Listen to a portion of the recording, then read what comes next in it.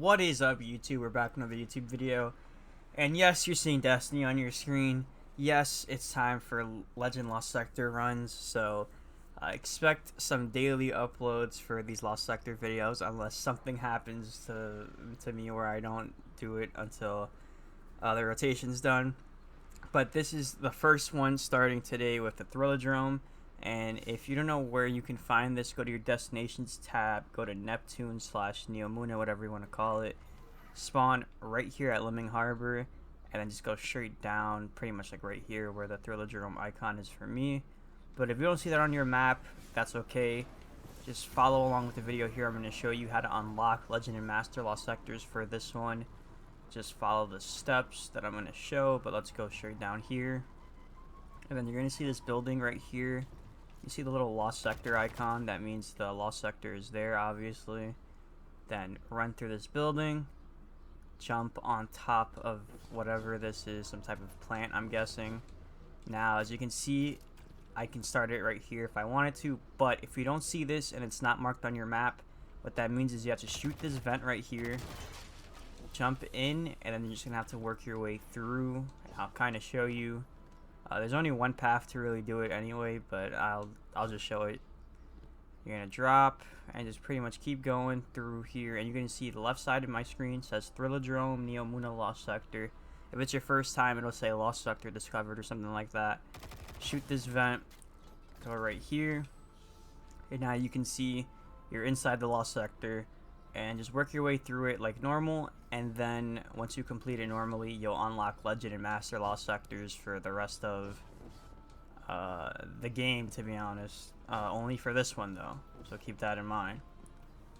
But let's go back up here so we can actually look at the modifiers and start it. So we're just gonna work our way all the way. This happens so many times. There we go. Alright, so here's the loadout that I used to complete this Legend Lost Sector. So to start off with our super, I'm running Shadow Shot Mobius Quiver on Void Hunter, obviously. And we got Marksman Dodge, Triple Jump, Snare Bomb with Vortex Grenades. And then we got Vanishing Step with Stylus Executioner. And then for my fragments, we got Echo of Expulsion, Echo of Remnants, Echo of Undermining, and Echo of Reprisal. If you want a quick summary, pretty much this build allows us to pretty much become invisible when getting a kill with our nade, or when we suppress a target and then we finish that kill, it'll make us invisible. And that's going to be very important because every time we turn invisible, when we combine that with our exotic here, Gerfalcons, this is going to, after being invisible, your void weapons will gain volatile rounds. Now, this is kind of the old way of doing it because there's some weapons in the game now. For example, I know this grenade launcher, it can roll with destabilizing rounds, and that is pretty much volatile rounds, but just as a perk. So that's one way you can do it. I know there's an SMG, the Iron Banner, I think it's Hero's Burden is what it's called, that can roll with it, but I'm pretty much just doing it the old school way with the volatile rounds after being invisible and stuff, and it works for any void weapon. But in our case, since I'm using a Void Pulse Rifle, that's what I'm going to be using it with. But that's pretty much a little summary of the Void build that I got there. So going into the weapons, yes, I have the pay-to-win auto rifle on. You can see Quicksilver Storm. And I think the big part about this is having the Catalyst, at least for this right here. And it's for the strand damage as well as the strand grenades and everything.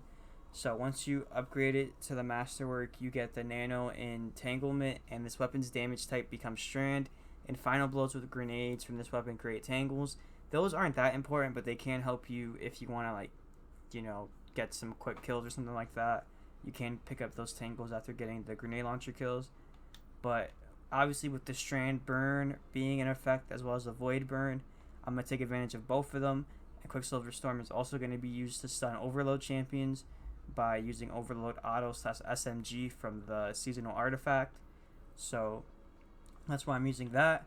Then in my second slot, I'm using Grid Skipper, and there's no particular reason why I'm using it. I'm just using it because the RPM is faster compared to other ones. For example, if you have something like a Veils X from last season, it's a 450 RPM, and for me, it feels slow, but in my opinion, I think it hits harder. But I just like a faster rate of fire, so that's why I'm using the grid skipper.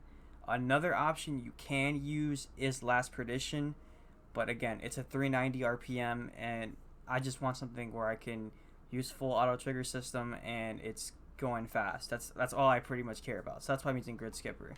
But if you are using Veil's X, I do recommend running that repulsor brace perk. That way, when defeating a void debuff target, for example, with volatile rounds or if they're suppressed and stuff, that plays into the whole void build if that's what you're using.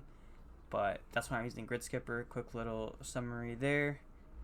Then when it comes to my heavy slot, I'm running circular logic. It's a strand machine gun, and pretty much I think by itself it's a good weapon, but then with the perk hatchling, it does add a little bit more, especially when it's a strand burn, because its precision final blows are rapidly defeating targets with a non-precision weapon spawns a threadling at the target's location, and that's going to help with pretty much clearing ads, or if you have a boss in front of you, that hatchling is going to go attack the boss as you're doing damage and stuff.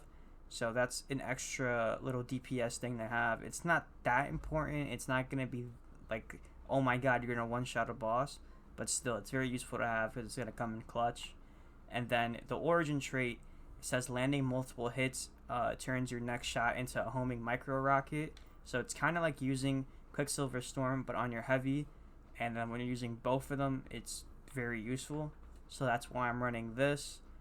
And you can get it, I think it's just from playing Neptune and stuff like that. So if you own the DLC and you're running around and you're getting missions done and stuff like that, try to keep an eye out for one of these. I highly recommend it. But that's going to do it for the weapons right now. To get into the armor, what I recommend is having some good high stat roll armor. Anything like 65 plus, and if you can masterwork it, preferably. And then, trying to get 100 resilience, I think is worth it. If you can get 100 resilience at the same time, by all means go for it. But my armor isn't that optimized, and I don't care that much to really try to do an optimization yet. But the fact that I can get tier 9 grenade cooldown is pretty cool. But going into the helmet, we're running Ashes to Assets, and this is gain bonus super energy on grenade kills. I am going to be trying to use my grenade. That's why it's on a 1 minute cooldown, so I can try to spam it. And there's going to be groups of ads all around, red health bars and stuff like that. So using your nade is going to help give you super energy, and you're going to be using it anyway, so you might as well get some super energy for it. Void Siphon and Strand Siphon, and Void Siphon comes up twice because I have this Void / Strand dual Siphon, and this allows you to put two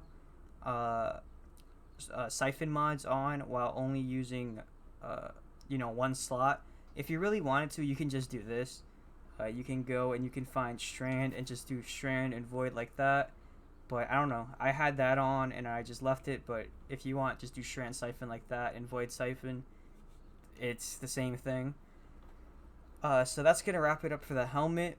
Then when it comes to my arms, I'm running Firepower. And this is your grenade final blows create orbs of power. So when you get kills with your grenade, it's going to generate some orbs. That's going to be very important when it comes to armor charges and stuff that we're going to be using. Grenade Kickstart, and this is when your grenade energy is fully expended. You gain grenade energy, and that's really good because, like I said, we're using our nade to generate orbs. We're using our nades to get kills in general. So the faster we can get a nade back, especially if we use it, and the faster we get it back is going to be very important. And then I have two of those mods because, as you read the second part, additionally your armor charge is consumed, and you gain additional grenade energy. So then you stack it, and you can get a little more energy for it. When it comes to the chest piece, I'm rocking Charged Up, and this has increased the maximum number of stacks of armor charges you can carry by 1. So this allows you to carry 2 extra armor charges, and that's why I'm stacking 2 of them. And then for void damage resistance, it's in the name and the description, but it reduces incoming void damage from combatants, and this is very helpful, especially for this lost sector, because of the void burn that the enemies are doing. Because you're going to be taking, I think it's 25% extra void damage, and there's a Hydra there that does damage. The boss in the lost sector does damage, void damage, so at least being able to take a little bit more of that and potentially saving your run, that's kind of why I have that on. And I should mention too that my chest piece is the exotic Falcons. Just make sure I make that clear. And I'm using this so when I'm invisible or I come out of being invisible, I can have volatile rounds on any void weapon. In my case here, it's going to be with the pulse rifle. Now, for my leg armor, I'm running better already, and this is your health begins to regenerate immediately after picking up an orb of power. So this is mainly if I'm one shot or something and I see an orb and I'm going for it, I know in the back of my mind, okay, my health is going to go up as soon as I pick this up. And not only am I picking it up for health, but like I said, armor charges, I'm picking it up for to fill up my super bar and stuff like that. So again, orbs are going to be very important when it comes to this build. Void Weapon Surge and Strand Weapon Surge, and this is just going to pretty much be like a little extra damage boost when you have an armor charge. So when you pick up an Orb of Power, you're going to have a Void and Weapon damage boost. It's going to say on like the left side of your screen. So if you have a Void Weapon equipped, it's going to say Void Weapon damage boost or Strand Weapon damage boost if you have that weapon on. And this just allows you to do a little extra damage, like I said. So pretty useful, especially when it comes to like if you time it right with champions or the boss fight, then you can definitely get a little extra damage with that. And then for the cloak, I got time dilation twice, and this is your decaying armor charge has a longer duration, so we're really trying to squeeze every little bit we can from that armor charge so we can have that damage boost for as long as possible. And then bomber, this reduces grenade cooldown when using your class ability. So let's say I throw my grenade, that makes me invisible.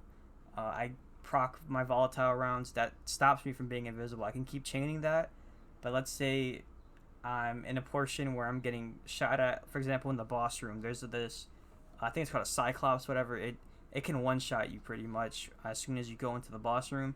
So if I'm one-shot, I can go invisible, and let's say I don't have my nade, that's going to help give me grenade energy and stuff like that. So if you see that you're low on grenade energy, or you just used it and you want to help get some energy, as soon as you go invisible with your hunter, you're going to get a little bit of energy. So that's one thing to keep in mind.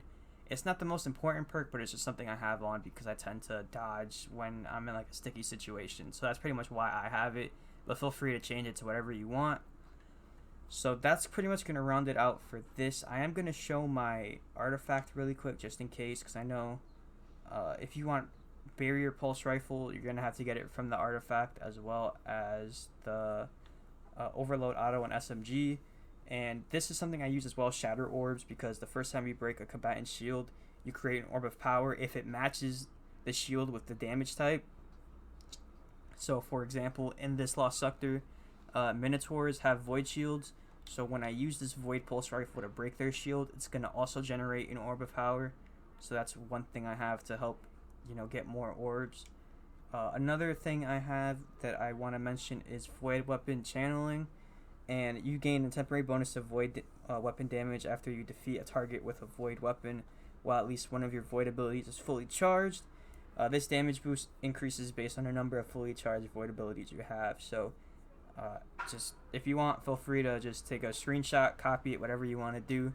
But that's everything I have here. Some suggestions that maybe if you don't have Quicksilver Storm, feel free to just throw on any other kinetic auto rifle if you want, or an SMG in this slot, because you will get a little boost when it comes to the 25% if your subclass matches a surge. It's one of the modifiers that you'll see me read in a bit, so keep that in mind. But if you're looking for a kinetic, Wish Ender is something that you can try to use if you don't want to use a pulse rifle. It's a pretty popular option, as well as Arbalist, or if you have Revision 0 from last season. There's a lot of mix and matching that you can do. Same thing for the secondary slot. If you want to use Le Monarch, this is very useful for overload champions because it has intrinsic overload rounds and everything, and it's void, so you can help with the surge and everything. But again, feel free to mix and match. Let me know down in the comments if you have any other loadout suggestions. I love getting build suggestions in the comments and stuff. So like I said, just let me know down in the comments.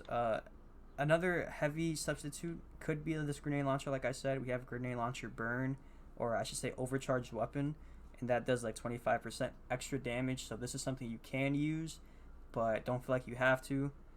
But yeah, that can be said for this in general as well. Don't feel like this is the only loadout you have to use. It's just kind of like a guiding point or something I would recommend, but don't feel like this is the exact loadout you have to use. Use what you're comfortable with, and that's gonna do it for this. So let's skip over to getting into the Lost Sector. So, looking at the modifiers we have here, we have for legend difficulty, shielded foes, you'll face combatants with arc and void shields. I wouldn't worry too much about the arc shields. Those are the harpies, I think, that have the arc shields, and then the void shields are the minotaurs, and we're using a void weapon, so we don't have to worry about that. But even if we don't use a void weapon or an arc weapon, the strand auto rifle Quicksilver Storm will completely destroy the shield on legend difficulty, so we don't have to worry too much about matching elements for that. Locked loadout and extra shields, that is legend modifiers here. Equipment locked, if you've been doing this for a while, then you probably know that already. Same thing with limited revives. You'll face barrier and overload champions. We have a void threat, and this is 25% increase to incoming void damage. So this is damage coming from the enemies. It's increased. That's void. Now shocker is when defeated, goblins spawn arc pools that cause damage over time. This is just a little annoying thing that you're gonna end up seeing throughout the Lost Sector. Overcharged weapons, and these are weapon overcharges from the seasonal artifact, are active in this activity. Kinetic weapons do increase damage when your subclass element matches an active surge. So for example, let's say since the surge is void or strand, you put a void or strand subclass on. Whatever kinetic weapon you use, whether it be, I don't know, something like Outbreak, for example, you'll get that boost. But obviously, I'm not doing that because I have a strand weapon, so I'm not taking advantage of that. Void Surge is 25% bonus to outgoing void damage, and this is Strand Surge, which is 25% bonus to outgoing strand damage. So this is a buff for us. We're going to be doing extra damage with void and strand damage. Then Overcharged Grenade Launcher, 25% bonus to damage for all grenade launchers. I'm not using a grenade launcher, so I'm not taking advantage of that. But if that's your thing, you can take advantage of the damage with that. So you're going to see here that recommended power is 1830. I'm 1817, but to be honest, around this 1817 mark, it's pretty much doable. Sure, you can over level a little bit, get some levels on your artifact and stuff like that, but it's not necessary. But you can overpower for these, to my understanding, so keep that in mind if that's something you want to do. Enhancement cores are uncommon, and if completed solo, exotic leg armor is rare. So let's start this up. Alright, I'm jumping in real quick. It's Monkey's Jam from the future, and I pretty much had to scrub that whole first run because midway, apparently construction started or something. There's like scaffolding being made right outside of my apartment window, so you're gonna be hearing a lot of yelling, noise, construction noises. I don't know, but I kind of ended up losing it. But you're gonna see that's your first ad. You're gonna spawn here. I'm gonna actually just run all the way over here to this corner and just deal with all the ads. I recommend doing this because there's gonna be a barrier champion to the left, and if you don't stun that champion, obviously the red health bar enemies are going to be super annoying and just keep shooting at you. Then you're like, okay, I got the champion, I gotta focus on him, I gotta focus on the AI. Just do yourself a favor and slowly go after the red health bars first, and then just leave the champion for last. Makes it way easier. So you can see I'm just using my Quicksilver Storm. You can throw a nade up here to kind of help you.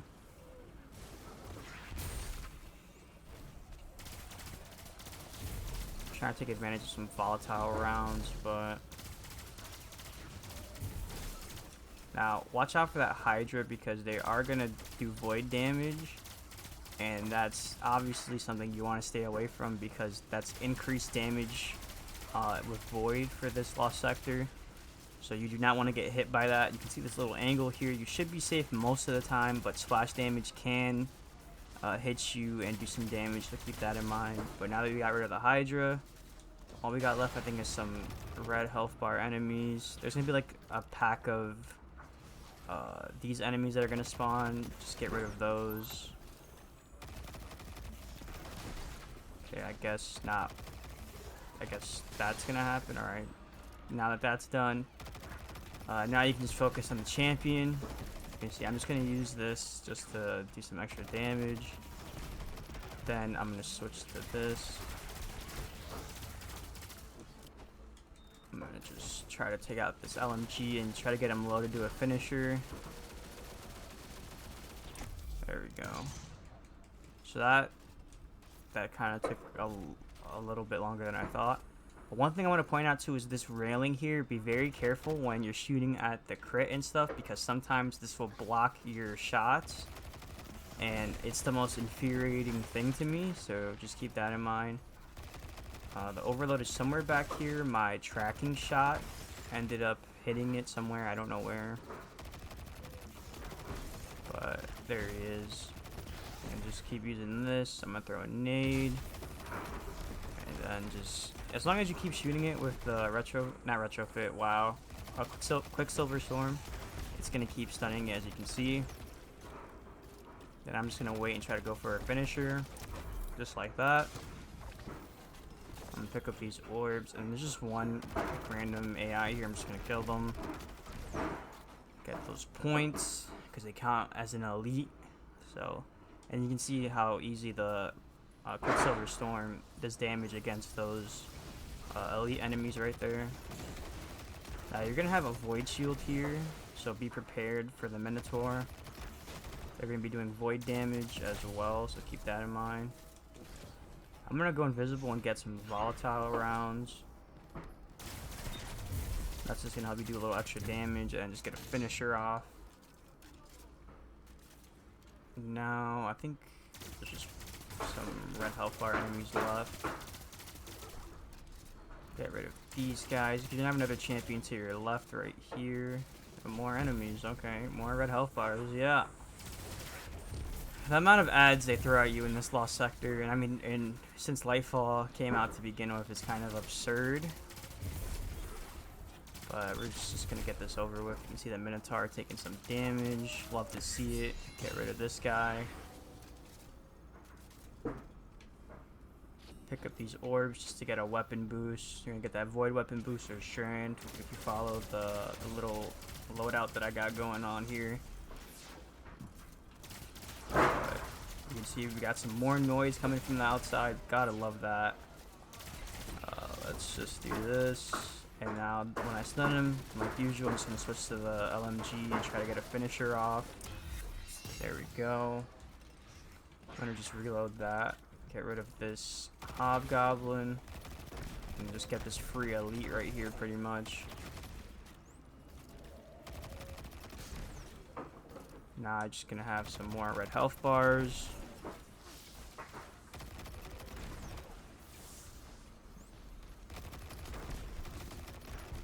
I am going to tether because of that void shield right there. Get rid of him. Then you're going to have an overload. That's back here. And I'm just going to tether again. And you can just see there's a lot of ads here. That's why I use the tether. And just get rid of the overload. There was an elite here that I kind of shot at him. But it's one of those elite that just stand there. Now, if you don't want to deal with this arc shield, you can just do that. And you can see it just one-shots them. While also making a convenient little tangle. Move up to this little bubble thing, and then just jump through the portal. And then I advise you just run. You can follow my path if you want, but just make it this way. Just know that the platforms will despawn, like you're seeing right now. I'm just going to do that. I'm going to go invisible here, but be very careful because these void weapons are going to hurt. There we go. Once you get here, you're pretty much safe as long as you get rid of these ads like you're seeing me do.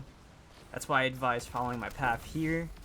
And now you can pretty much just have a little safe spot. Can I drop this? No, I can't. Can I break that with the tangle? We'll see. Looks like it's not. But you can see you can shoot the other cube to make this guy not immune anymore. And I'm just going to use my heavy because that's some big void damage that he's doing, to be honest. And like I said earlier, we don't want to take void damage at all. So once you do that, you're just going to have some ads. Here's the boss. And of course the boss has to do void damage, you know.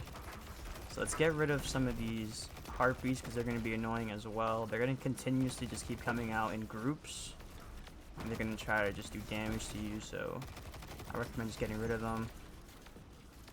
Now, when it comes to doing damage to the boss, I'm just going to use my tether on the boss, to be honest, once I get like an opportunity to do it. But other than that, I will be switching between all three of my weapons when it comes to doing damage. Right now, I'm just doing this for the barrier rounds that can go through his little shield, so you're not kind of time gated. But like, it's not really the best option. Like right here, if I use the LMG, I'd do a lot more damage, but then I have to wait now. It's super annoying, but this is the only part of the Lost Sector I don't really like because of how the room is laid out and stuff. I think now at this point, the platforms don't like move or despawn anymore, so you should be safe if you want to jump around. But again, you can see I'm just chilling right here. You can use this wall for cover. You're not exposed to anything else really, unless the harpies, you can see right here, they kind of move around. So now you can take a break from the boss and just get rid of these real quick.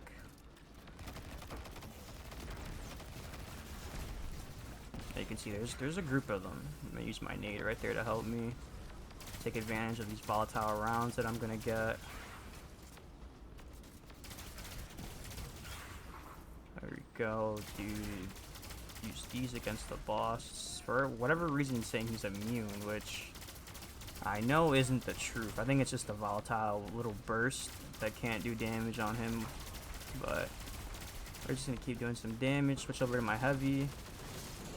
And boom, the boss is dead, but we still have a champion alive right here. Oh, I could have done damage right there. I wasn't even paying attention.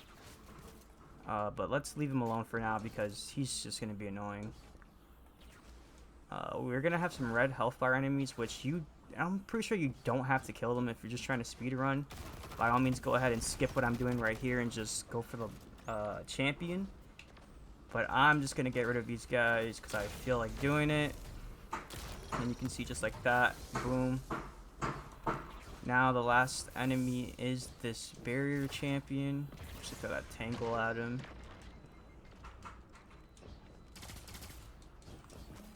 There we go, I'm gonna go for the stun. Just do some damage with the LMG. Go for the finisher. You can see I almost died there. I could have dodged to go invisible, but now we're going to jump up here. We're going to claim our loot. No exotic. That was definitely not worth it. All champions defeated, though. That's the first time I think I've done this on Legends, so it should give me my little triumph. I did the seasonal challenge, so look, if you're trying to get it done here, that's one way that you can definitely do it. I've done the Guardian rank, which means a whole lot to me, which I'm joking, it doesn't. I'm trying to see if I can claim this triumph. I'm assuming there's a triumph. There's always a triumph the first time you do one. Maybe it's, yeah, Neomuna. And maybe it's in, yeah, it has to be in World. Yeah, Thrilladrome Solo Legend. So you can see if you want that triumph, that's how you can get it done. How much time did I take? 9 minutes, 39 seconds. Do I recommend farming this at all? No, not really. I'm not a big fan of these new Lost Sectors, to be honest, the ones with Lightfall, so I'm not really going to recommend farming those, but ones that are in the game that are going to be later on in the rotation, I'll definitely let you guys know when I think they're farmable and stuff like that. So that's going to do it for this video. I'm happy that boss fight is over because I despise that boss room, but like, comment, subscribe. If you have other classes, like for example, if you play Warlock or you play Titan, leave some builds down in the comments below just in case anybody else happens to come by and needs a build. I know I only made it for Hunters, but I think I left like 2 loadouts, one for Quicksilver Storm, because I know that's pay to win technically since you can't get it anymore since you had to pre-order the Lightfall, like Collector's Edition or whatever to get it. So, yeah, I'm going to leave 2 loadouts, and if you guys have any other builds you recommend, throw them down in the comments, and follow my Twitch, twitch.tv/MonkeySham0. I'm going to be going live later on today. Destiny and Call of Duty are my 2 main games on there, so if you ever want to drop by and say what's up, I'd appreciate that. But yeah, ring the bell so you don't miss any more videos, and I'll see you guys in the next one. Peace.